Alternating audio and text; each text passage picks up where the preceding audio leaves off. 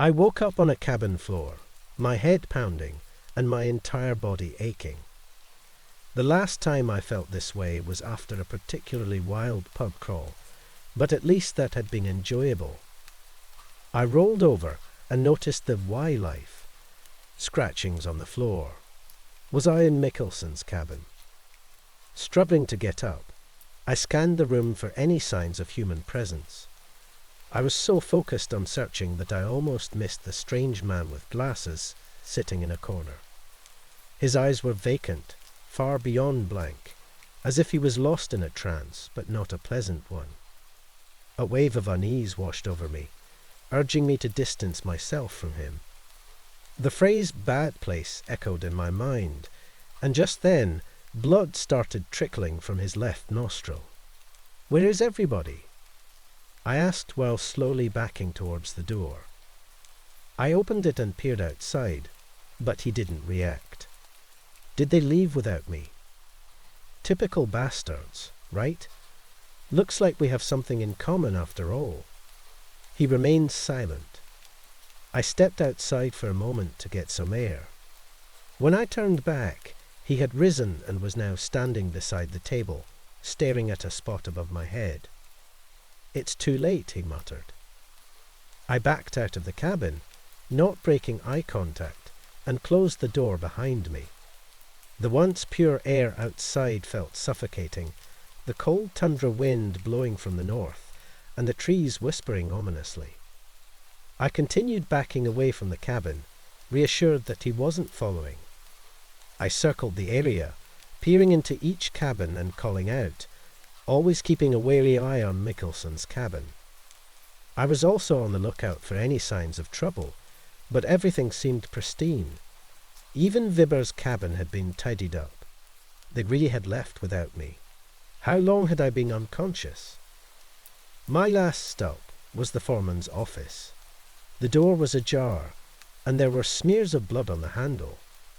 I pushed the door open, bracing for the worst.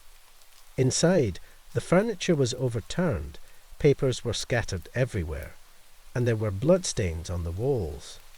But there was no one inside, dead or alive. I locked the door behind me, just in case, and approached the foreman's radio. My knowledge of radios was limited to AM and FM, but I tried calling for help as I'd seen in movies. All I got in return was static. At this point, I didn't even know if anyone else was alive. I wasn't sure what my next move should be. I righted a chair and sat down, trying to think. As I pondered, I noticed a newspaper clipping on the foreman's desk. I had been absent-mindedly spinning it around. It was dated July 2002 and was about a girl who had gone missing in the area. I recognized her from a photograph I found earlier. She was wearing the same pearl necklace. I didn't have the exact clipping, but it went something like this. Workers at the Tangway complex denied knowing Turner. It is extremely rare for anyone other than employees to be at the camp, workers said. She just showed up here one day, Dennis Calhoun told us. It's like she was in a trance. We tried to help her. She growled and ran into the woods. Her mother says Turner was prone to sleepwalking, which Turner attributed to the passing of Hale Bopp, but investigators say it is unlikely she sleepwalked from Calgary, where her home is. She was not on any medication. Teams are still searching the woods around the Hale Bopp. I remembered it well. It never brought good memories. But how did a girl's disappearance years ago relate to Weevil or Mickelson? What was the connection that prompted the foreman or someone else to keep this clipping? Suddenly, the radio crackled to life with a clear guess. I nearly jumped out of my seat. "Hello," I responded. Yes. The voice sounded odd, almost as if it wasn't coming from the radio at all, but from somewhere both close and far away at the same time. "I need help," I said. "We all do. At the Tangway complex. I can give directions. We know where you are. You shouldn't be there. Nobody should." I got left behind. Are you close? You'll need a tour. I'm in the foreman's office, the voice interrupted, making me look around in confusion for anyone or any hidden speakers. The voice's certainty made me question if I was truly in the foreman's office, or if this was some elaborate prank. Who is this? Who put you there? He asked. I didn't answer. Sir, whoever you think put you there, it is not as it seems. You're in terrible danger. You didn't exist last time I checked. Now this guy was making me panicky. Old smartass Greaves didn't have an answer. Truth is, he was scaring the shit out of me. Of all the things I'd experienced, it's just, weird as it sounds, it didn't feel like a prank. Listen, I know you're still there. My name is Chrysanthemum Benedict. We only have a small window of time left. I've devoted my life to calculating the deterioration. It starts right there where you are. You have to believe me. Dude, I don't know what you're talking about. There's not much left anymore. You couldn't imagine it. The sunsets have all died. The spotlight keeps us alive, and it's slipping. Something has to have happened. You need. He cut out abruptly with a burst of radio noise, and Toto's Africa played softly. Gonna take some time to do the things we never had. For some time that was all I heard, until someone knocked on the office door. Who is it? I asked. Greaves? I heard someone say. I didn't register the voice. But that's because there was a limited range of people I accepted as possibly being there. Greaves, it's Taylor. The voice matched up. I opened the door and there he was. Like nothing had happened. I think it was the same shirt he was wearing when he left. Jesus, I said, you're Orc. Where's Michelson? He's in good hands. No pun intended. Did you see the others on the drive-in? Where's the truck? I couldn't see it anywhere. There's no way he walked. He wasn't even wearing any shoes. That was odd in itself. Nope, nobody else, he said. Come on, let's get to the truck. It's over there. I didn't even think about stopping for my stuff. I just wanted to get out. So I followed. Where you been? I asked. Had to get the truck fixed. I radioed the foreman. Didn't he mention it? That sounded about right. I'd come to accept that the foreman had secrets out the wazoo. Through here, he said, stepping into the woods. You didn't park the truck in the middle of the woods. It's a shortcut. Trust me. He seemed to know exactly where he was going, navigating his way through the dense evergreen branches, first one way then another. It occurred to me that he may have lost his mind. Who were you talking to before I arrived? He asked. Toto, I said, because I wasn't sure. Wasn't sure if I was talking to anyone, or why he assumed I was talking to anyone, or what business of his it was. Don't listen to anything they told you. Okay, we're almost there. How are his feet enduring this beating? I wondered. The floor of the woods was practically all roots and needles. His feet looked strangely tough. I thought they were just dirty before. I tried to look more closely, but he wouldn't stand still for a second. Your feet all right? I said. Don't worry, they're not mine, he answered. I remembered then that Time Weevil and I were taking a walk out of camp for leisure. He was saying something like, well, the machine broke, and it's messing all this stuff up. You see? That's why the woods ain't right. The trees ain't right. Nothing's right. He threw a pair of wooden hands into a cooler and dragged it to the middle of the road. He said he was making a point. Go down, bro, he said. I found myself wondering exactly when that even happened. When would Weevil try to make a point at all? He lived for Hustler and Slim Jims. A few minutes later, Taylor announced, Here we are. A fat, misshapen fur had created a clearing by dominating life support in the area. Its surface was bulbous, like it was ready to explode with sap. "There's no truck here, asshole." "On the contrary," he said, pointing to the tree. "There it is. Get in. It'll take you home." I looked down at his feet again, now that he'd stopped moving. They looked like they were made out of wood, like Mickelson's carvings. He saw me looking. I hoped his weird wooden feet couldn't run, because I took off as fast as possible in the deep woods. I didn't know where I was going. The branches were beating me up along the way. I just kept going, hoping to find somewhere secure. I stopped for a moment when I noticed one of the pieces of twine we'd used in our search had been left. That, at least, narrowed my possible directions down to 2. I leaned against a tree to catch my breath while I thought about it. I'd only been there a few seconds when something wet ran along the back of my neck. I spun to see a rudimentary face in a tree looking back at me. From its mouth, what looked like a long red tongue bubbled, dripping sap. It was licking me.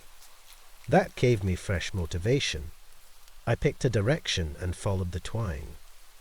Followed it until it abruptly stopped, and the end of the woods was no more in sight than before.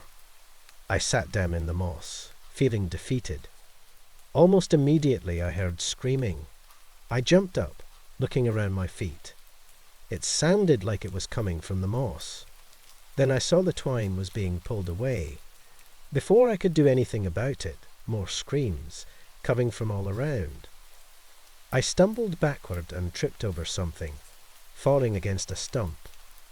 Picking myself up, I was face to face with that stump, because it did have a face. A malformed human face, but unmistakably the woman from the photograph. I saw its stump lips moving, bubbles of sap growing and bursting around the aperture. I thought it said, "Help." I didn't want to know. I saw what I tripped over then. It was the metal valve in the ground. "Go down, bro," Weevil had said. I tried to turn it. To my surprise, it turned with relative ease and the hatch popped open. A ladder led down into the darkness. I had a small pocket flashlight with me. I pointed the light down, but I couldn't see the floor. It didn't feel right. I would have taken my chances with the trees. Except I heard footsteps coming my way, woody, thudding footsteps. I slipped onto the ladder and closed the hatch behind me. It felt like I was climbing down for 15 to 20 minutes. The air smelled strange, metallic at the bottom, but still eminently human. It was almost a relief. I scanned with my light and saw there was only one way to go, so I followed it. The deeper I went, the louder this whirring noise became. I couldn't imagine how someone was able to build this whole thing underground way in the middle of nowhere, under a forest no less. It didn't make any sense. As the whirring intensified, I started remembering something. This time when I was a stupid kid with my stupid kid friends. There was this creepy old shed in a neighbour's yard. We avoided the hell out of that thing. It was like the local haunted house. We were just scared of it without any evidence. One day, we dared Marty to go inside. He went in, giving us a grin before he disappeared into the dark. We never saw him again. There was an investigation, a big deal for the little town. The neighbour was just an old lady. She was cleared fast. That first night, with the police lights and the chaos of nosy neighbours, when no one was looking and with the red and blue flashing on her face, that old lady gave me the most evil smirk. I tried telling adults, but no one would listen. That was when I learned evil existed. The catch is, that never happened to me. I have no other memories with those stupid kid friends. No idea who Marty is. I grew up in an apartment. There were no sheds. That was the first time I'd ever remembered that memory. So is it a memory at all? Where the fuck did it come from? Why at that moment? I came to a door that also had to be opened with a metal valve. Again, it turned without a problem. I stepped inside a control room, I guess you'd call it. In the center of the room was a spinning cylinder with a light built into it. Like a lighthouse, but the whole thing spins. Around it, several translucent screens glowed and dimmed. I couldn't see any computers attached to them. When I touched one, it lit up displaying some images. In one corner, it showed footage of a barren wasteland, petrified husks of trees. All that moved were shadows, seemingly waiting at the edges of the light. I remembered Chrysanthemum telling me on our walk earlier, we built the machine for good. The end of hunger and disease. It's like it was too good for this world. So they both broke. The spotlight is all that's left. So what do you want from me? I think you were projected as a last attempt to figure it all out. Where the deterioration begins, what did you find out? And I said, projection. I got your projection right here, buddy. All I know is the owners are up to something out here, and it ain't impeccably cut lumber. That's it. They're trying to find its place so they can destroy the spotlight. Who are they? I asked. We'd climbed on top of Weevil's cabin as we spoke. You know about Hegel. He thought the universe is God remembering who he is. They would be his dementia. They're not of the universe. They're the spaces where the universe fails, where God forgets to be. Again, I'm pretty sure I never walked with this Chrysanthemum character. I didn't even know what he looked like. And who the fuck is Hegel? Either I was unhinged, or something about this place was messing with my mind. I heard the hatch opening and hard steps down the metal rungs. Someone called out, Greaves, Jude, let's get out of here. It sounded like Grits, except odd, almost metallic. And Grits would never say Jude. I closed the door to the control room, tightened the valve as best I could, and went back to the consoles. I was hoping I could find something of value there, but it was meaningless. I thought about the strange radio messages we received at the compound. At one point, Michelson suddenly said, Chrysanthemum says you have to activate the Gravtran, and it should stabilize, and rattled off some instructions. Except I'd never heard of Chrysanthemum until I was in the foreman's office just earlier, and Michelson never said anything of the sort. But I remembered it. And something else. I was walking past the Shed of Horrors, and I was telling my first girlfriend, Deirdre Spinner, good old D-Cup Deirdre, her I remember for real, about Marty, and that we really needed to keep our distance.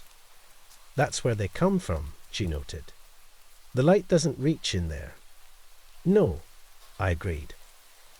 Hey, you know, this is the only way we can reach you, and we've used all we got. So, don't fuck up. All these memories that just materialized in my mind were connecting somehow. It made some strange sense. I didn't have time to figure it out, just to act. So I tried following the instructions to activate the Gravtran as I remembered them. The light stopped spinning after a few steps. Around the same time, I heard pounding on the door. Can I borrow your milk? I heard Weevil say. I almost stopped, but I knew Weevil was dead. I kept going, fumbling over the fancy touch screen. It was like nothing I'd seen before. Not that I was a tech geek or anything. It's imperative you open. That voice I did not recognize. It sent shivers down my spine. It was the voice of the wheel as it crushes the squirrel. It was a voice that smelled of burning hair and wet asphalt. The valve started to turn. I hastily went through the last of the instructions. The cylinder folded in on itself, like a crumpled soda can, then again and again, until it was just gone. I didn't know if it was supposed to do that, or if I just fucked things up even more. The whirring stopped, and the lights were beginning to dim. I looked back and saw the door open, but nobody was there. Then from nowhere, blinding white light, followed by suffocating darkness. That's not a metaphor. I couldn't breathe, like something was packed over my face. I squirmed and clawed at the thick darkness. I felt it tearing and crumbling in my hands. I felt air blow over my fingers at last and frantically dug my face free. My eyes stung. I coughed and sputtered dirt onto the moss. I was in front of the girl stump, but it was just a stump now. The valve was gone. I got lucky after stumbling around for a few minutes and found another one of the twines. From there, I found my way back to the camp. I went to my cabin to get my stuff and get out. Nothing was there. They'd stripped it. The compound was empty too. Fortunately, the water pumps still worked, and I found some old bottles. With these meager supplies, I set out by the main road. I reached civilization by noon the next day. I was in awful shape when the ranger found me. I babbled about what happened and asked about the others. She seemed to be ignoring me. After pressing her a few times, she told me the camp had been abandoned for years. Nobody works there. No lumber's come from that camp in decades. The owner's just some little old lady in Pembroke, she said. She gave me a meal and arranged a ride for me to get home. I made my case to the RCMP that we were, indeed, at that camp and working. I told them the more believable of the incidents. They promised to look into it. It didn't take them long to decide that the camp had not been occupied and asked me if I had a history of drug use. Not that I knew of, I told them. So I started searching for the guys from camp myself. And it's not like they only vanished from the camp. I couldn't find any record of their lives. No Facebook or Pinterest, whatever that is, or mugshots. Maybe it was a cover-up. Maybe they'd been placed in witness protection and sworn to secrecy. Maybe I had been slipped drugs, and I imagined the whole thing. One day, my searching finally paid off. I found a T. Mahone living in Calgary, and I had a feeling about it. I took the next Greyhound. That seems like a long drive on a whim, right? It is. But there was no phone number. I kept expecting a confused Tucker Mahone to answer the door wondering who this beardy creep is. Instead, Thomas Mahone answered the door, the Thomas Titslip Mahone himself. And when I said, "Mahone, you're Oak," he answered, "Who are you?" "Come on," I said. "What they do to you? Did they wipe your brain like Men in Black? Grieve. I used to call you Titslip Mahone because you slipped on butter and landed on your right moob." "I don't know you, and I don't think I want to," he said, starting to close the door. I pleaded with him to wait a moment and asked him if he even remembered working the camp. He told me I must have him confused with someone else and wished me well. He looked genuinely sorry for me. I believed him. I didn't understand it, but I believed him. I accepted then that I wouldn't find the others. They were gone, and if they weren't gone, they were still gone. That's not quite the end, though. I happened to be driving relatively near the Pembroke area one summer day and figured I'd take the side trip, chat with the alleged owner of the camp. It felt like I was missing a piece of the puzzle. Someone else had to be up there with me. Someone brought me there. Like Chrysanthemum asked, "Who put you there?"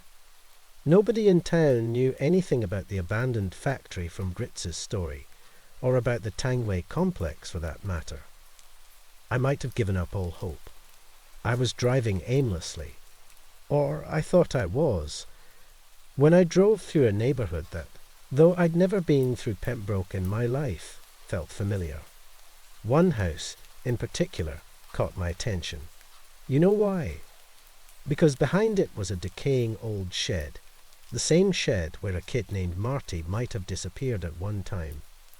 Darkness seemed to reach out from the gaps in its panels. Even the grass had died around it. I got out for a closer look.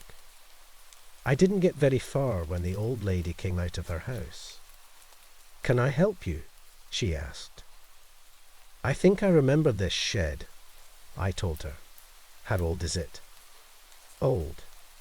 Built out of lumber cut from my own land up north. Won't find wood like that anywhere else." A bird screeched somewhere in the distance, and the flies were getting worse. "You want to see inside?" she asked. She was smirking. I thought of two things. One was Marty. The other was the instructions Chrysanthemum gave me. I'd been thinking about them for a long time, but never more than then. I kept thinking, "Greaves, you got one of the steps wrong." What would that mean? What if I did it wrong? If it was real, I mean. You know what? I'm gonna pass, I told her and walked away. "I remember you," she said. I didn't turn around to look at her when she said it. I kept on to my Mercury and drove off. I didn't need to see the smirk again to know it was still there. I switched back and forth from obsessing to preferring not to think about it. As I write this, I'm obsessing.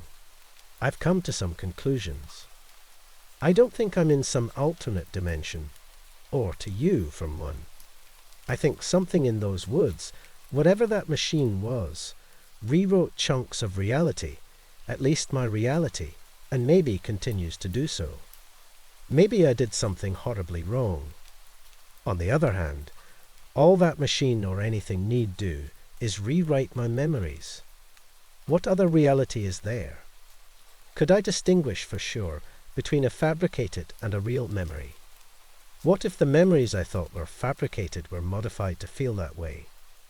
What if I'd been giving memories of memories that never occurred? What if none of what I saw happened, or very little of it, and my thoughts have been manipulated in some experiment? Would it be possible to know? Pretty deep thoughts for a lumberjack, huh? When you're in it this deep, deep's the only kind of thoughts you got. I still find myself compelled to discover more.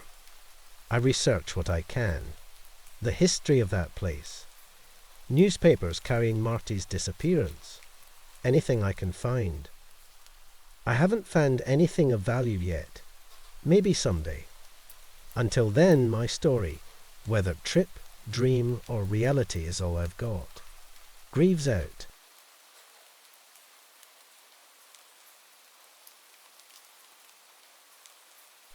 I observed from afar as my grandparents fished on the lake behind their house. While Grandpa focused on his fishing rod, eagerly waiting for a fish to bite, Grandma's attention was entirely elsewhere. She stared across the lake, her head turned toward the dark edge of the woods. It puzzled me because she never glanced at the fishing lures bobbing in the water. It seemed like fishing didn't interest her at all. At first, I thought she might simply enjoy the view of the trees, but a persistent feeling told me there was something more to her fixed gaze. During the summer break, I decided to visit my grandparents in Knoxville, Tennessee. Their two-story house, built in 2018, stood by a lake with a dock on the right side, where Grandpa's bass boat was moored. My grandparents were a kind and quiet couple, leading a serene life in their little haven. My summer visits have become a cherished tradition over the years. Grandma's invitation was always irresistible. Her warm smile and gentle voice were a constant draw for me. There were many reasons to love my grandma, with her kindness and generosity topping the list. She often said yes to my requests, but what I loved most were her stories. Unlike Grandpa, who shared thrilling tales from his military days, Grandma had an endless supply of stories. Her stories ranged from humorous childhood anecdotes and heartwarming tales of kind neighbours to enchanting bedtime stories that transported me to magical worlds. Grandma had a unique gift for storytelling, conjuring vivid images with her words. She was a special kind of grandma, capable of spinning a tale out of thin air, making each story an adventure of its own. Grandpa, in contrast, was a man of few words. He radiated a quiet strength, and his stories, though less fantastical than Grandma's, held their own magic. His tales of military service were filled with the places he'd been, the challenges he'd faced, and the lessons he'd learned. They were stories of resilience, offering a glimpse into the experiences that had shaped him. One of Grandpa's many admirable traits was his expertise in the outdoors. He often credited his military training for his extensive knowledge, joking that it had prepared him for anything. He was a true outdoorsman, someone I'd trust completely if we were ever lost in the wilderness. His fishing skills were unmatched. He knew the best spots on the lake and the best techniques for catching various fish. Some of my fondest memories involved mornings spent on his boat, the cool water parting beneath us, the sunrise painting the sky, and the motor's gentle hum lulling me into a sense of peace. Every night, Grandma would dip into her boundless reservoir of stories. It always amazed me how she did it. Her mind seemed like an endless library, with shelves overflowing with tales ready to be told. One night, she might tell a story of brave knights seeking vengeance, their swords glinting in the sun. Another night, she would weave a tale of a land shimmering with magic spells and cursed territories. Then there were the scary stories. Though Grandma usually avoided the scary ones, knowing how they affected me, their detail was unmatched. These stories were so vivid and realistic that they felt like glimpses into another world, a world where the monsters and creatures she described actually existed. They were terrifying, making me feel that falling into that world through a crack would be deadly. Each night followed a familiar routine. Wrapped in a patchwork quilt in the guest room, I'd wait with anticipation. The soft click of the doorknob was my signal. Grandma would enter, her face lined with a lifetime of stories, and smile gently. She'd sit in a rocking chair, its rhythmic creak adding to the comforting atmosphere. Then, in her warm, soothing voice, she would begin to tell me a story. These nights were magical, filled with the stories Grandma knew so well. Her storytelling was more than just a way to pass the time. It was a cherished tradition, a way to bond and share her wisdom and imagination. It was through these stories that I learned about bravery, kindness, and the endless possibilities of the imagination. Each tale was a gift, a piece of her world shared with me, creating memories that I would treasure forever. One night, though, tucked under the patchwork quilt, I waited for Grandma's nightly visit. The soft click of the doorknob announced her arrival. "Ready for another story?" she asked, her voice a warm rumble. I nodded eagerly. Nights at Grandma's were journeys to magical lands, each story more thrilling than the last. But tonight, I craved a different kind of story, a different kind of excitement. "Can you tell me a scary story tonight, Grandma?" I blurted out. A flicker of surprise crossed her face, followed by a thoughtful pause. Unlike her usual repertoire of action-packed adventures, her stories have always steered clear of scary ones. She sat beside me on the patchwork quilt, her usual mischievous eyes replaced by a thoughtful gaze. Her eyes flickered towards the window for a moment before returning to me. Then, with a gentle smile, she began. "Those woods outside your window," she started, her voice a warm rumble. I instinctively glanced towards the window, the familiar silhouette of the trees outlined across the lake. "There's something in those woods," she continued, her voice dropping to a hushed whisper. A shiver danced down my spine, though the room remained pleasantly warm. Those simple words made me so uncomfortable that I was tempted to just tell Grandma to stop, but the truth was, I was hooked. Grandma did tell me scary stories on rare occasions, but they were always fictional, completely disconnected from the real world. She continued, "Every 7 years, it comes out of those woods.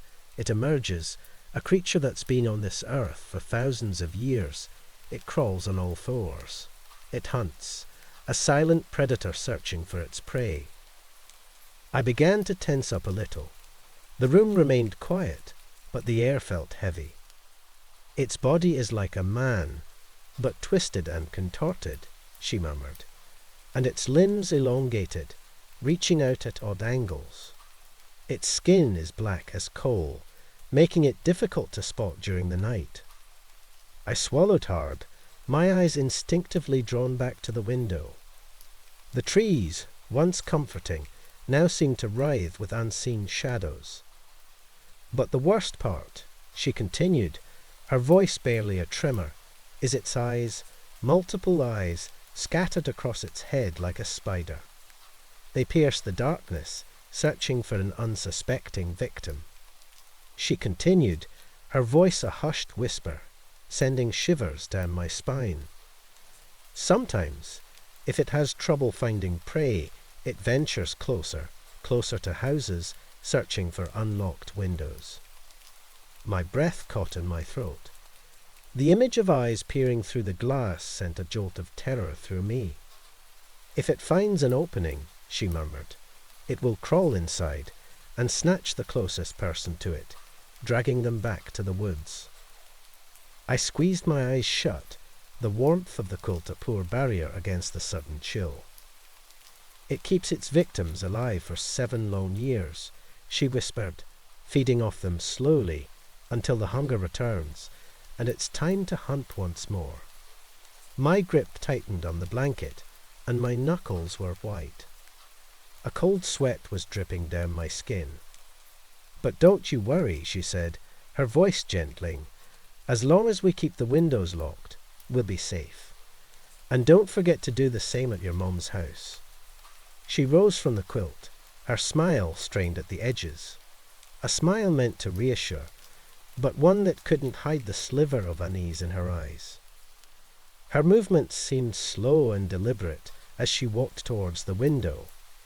My eyes followed her, my heart hammering a frantic rhythm against my ribs. She stared out of the window for a moment, as if checking to make sure the thing wasn't around, and then she checked to make sure the window was locked. Just as she was about to turn away, I blurted out, unable to contain the question that had lodged itself in my throat. "Grandma, have you ever seen it?" She paused for a few moments, a flicker of something unreadable crossing her face before a reassuring smile crept onto her lips. She didn't answer me. She simply leaned down and kissed my forehead, a gesture filled with a strange intensity. "Good night, darling," she whispered. Then, with a gentle click, she shut my door behind her. I was awake for most of that night, staring at the darkened window pane. The familiar silhouette of the woods outside now held a new kind of terror. I kept wondering if I would see that face my grandma described, a face with multiple eyes staring back at me. Eventually, exhausted from fear and lack of sleep, my eyelids drifted shut, and I finally drifted off. While I slept, I dreamt of its form shifting and writhing in the darkness. I ran, my legs pumping, but it was like I was running on ice. Panic seized me as the figure lunged, its long arms wrapping around my legs. It dragged me, a ragdoll, through the grass, the stench of damp grass filling my nostrils. The woods grew bigger as the thing dragged me there, its jagged edges threatening to devour me whole. I tried to scream, but no sound came out. Just as the branches of the trees were about to engulf me, I jolted awake, gasping for breath. Light streamed through the window, painting familiar shapes on the ceiling. The room held a peaceful stillness. It took several deep breaths to slow the pounding of my heart. Relief washed over me, chasing away the lingering dread. Since that night, despite Grandma's steady stream of new stories, the creature in the woods has remained a constant shadow in the corner of my mind.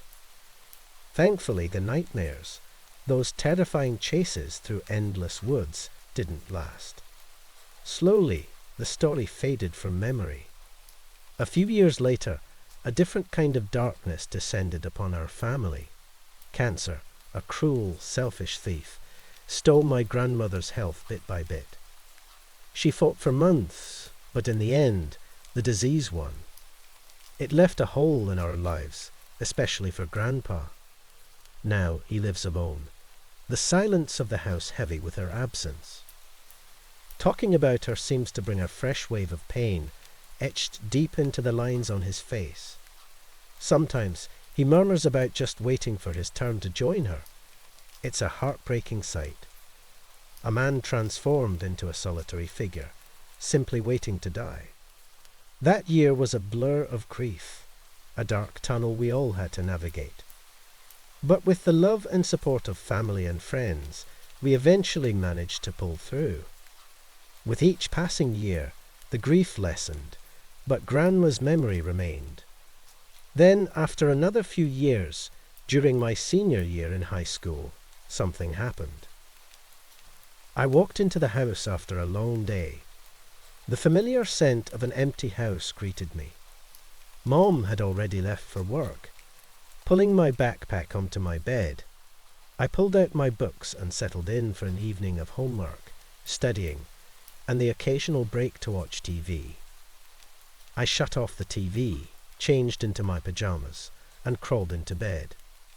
Sleep, however, remained elusive. My mind was a tangled mess, tossing and turning over the events of the day.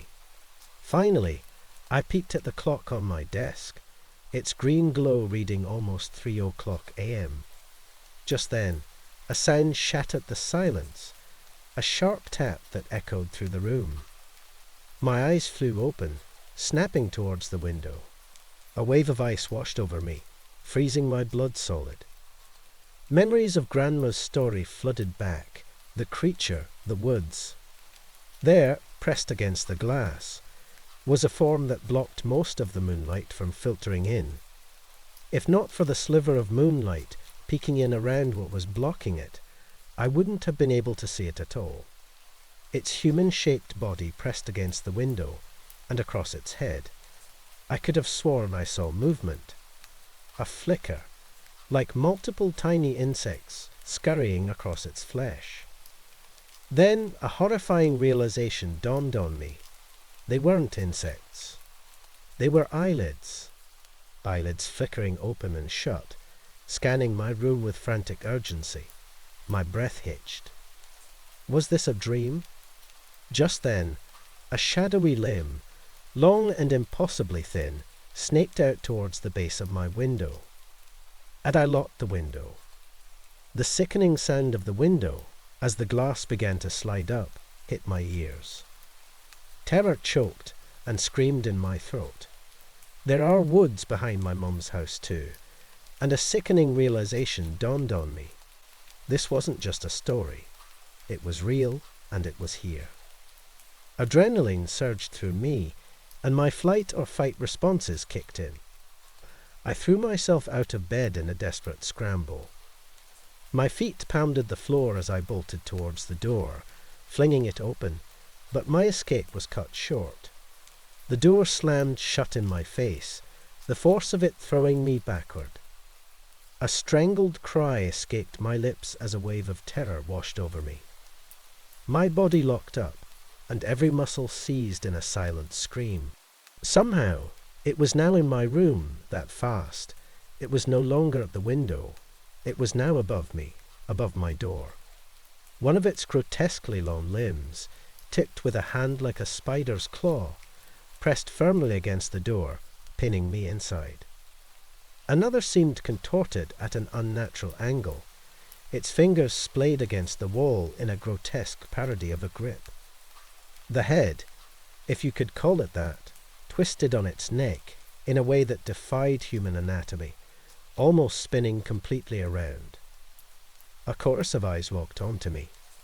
Trapped and alone, I stumbled back, my mind scrambling for any flicker of hope. The second floor was an escape route, but a leap out the window would likely result in injury, leaving me in a vulnerable position. Besides, that's where it probably wanted me. Right next to the door stood my wooden baseball bat. In a desperate lunge, I grabbed it, the wood rough against my grip. With a yell, I swung the bat with all my strength, connecting with a sickening thud. Splinters of wood rained down as the impact sent a tremor through the room. The creature recoiled slightly, its multiple eyes flickering in what might have been surprise. But the silence that followed was the most unsettling part. No roar of pain, no growl. This thing moved with an unnatural quiet. Even as it moved, it made no noise. It descended to the floor, its grotesque form dwarfing the space in my room. As it loomed closer, lowering its body in a predatory crouch, I swung the mangled bat wildly. The bat connected, with a bone-crunching impact, sending more shards of wood flying through the air. The creature recoiled, its grotesque form momentarily faltering. Seizing my chance, I bolted past the thing, flung open the bedroom door, and slammed it shut behind me with a resounding bang. Adrenaline pumping, I raced down the stairs, each step echoing in the sudden silence. Reaching the living room, I fumbled for the light switch, illuminating the space with a warm blow. Panting, I gripped the broken bat like a lifeline. Its splintered end pointed towards the top of the stairs, towards the thing in my room. Suddenly, a new sound pierced the tense silence, the creak of the front door opening. A silhouette emerged from the doorway, the dim porch light casting long shadows across her face. "There you are," my mom's voice, laced with exhaustion. "What the hell are you?" The sentence died on her lips, completely cut short. Her eyes widened, but neither she nor I had time to react. In a sharp and quick moment, a shadowy, distorted limb, tipped with a spidery claw, shot out, wrapping around my mother's waist. It snagged her, sinking its talons deep into her flesh, a sickening tear echoing in the sudden silence. A strangled noise bubbled in her throat, cut short before it could form a scream. But then I heard her scream fully formed as the thing dragged her away to the woods. I ran with all my effort, but the thing was fast, too fast. All I could do was keep running, watching, as my mom screamed with her arms folded around the creature's arm in a desperate attempt to escape. It had her, though, exactly where it wanted her, out in the open. I fell face first into the grass, a sob wrenching its way out of my chest. Warm tears streamed down my face, blurring my vision as I watched in horror. Mom's screams turned into blood-curdling shrieks, fading into a horrifying silence, as they disappeared into the indistinguishable maw of the woods. The police came, but what could they do? What could I tell them? I told them exactly what I saw. They looked at me like I was crazy, but what else could I say? For hours, I sat in a sterile interrogation room, the harsh overhead light blurring my vision. They questioned me over and over, dissecting my story, searching for inconsistencies. But all I could do was repeat the horrifying scene, my voice cracking with each retelling. There was no evidence to tie me to my mom's disappearance, nothing but my frantic pleas and the raw terror etched onto my face. Finally, they seemed to reach a reluctant roadblock. With a sigh and a dismissive glance, they released me. Now a search party combs the backyard, venturing into the dense woods behind our house. Bloodhounds sniff the damp earth, their mournful howls echoing through the trees. In my room, the silence pressing down on me like a physical weight. As the harsh light of dawn breaks, I stare at the window. A large handprint, a grotesque, splayed imprint of multiple fingers, clings to the outside of the glass. A cold realization settles over me. Now I know that at least one of my grandma's stories is real.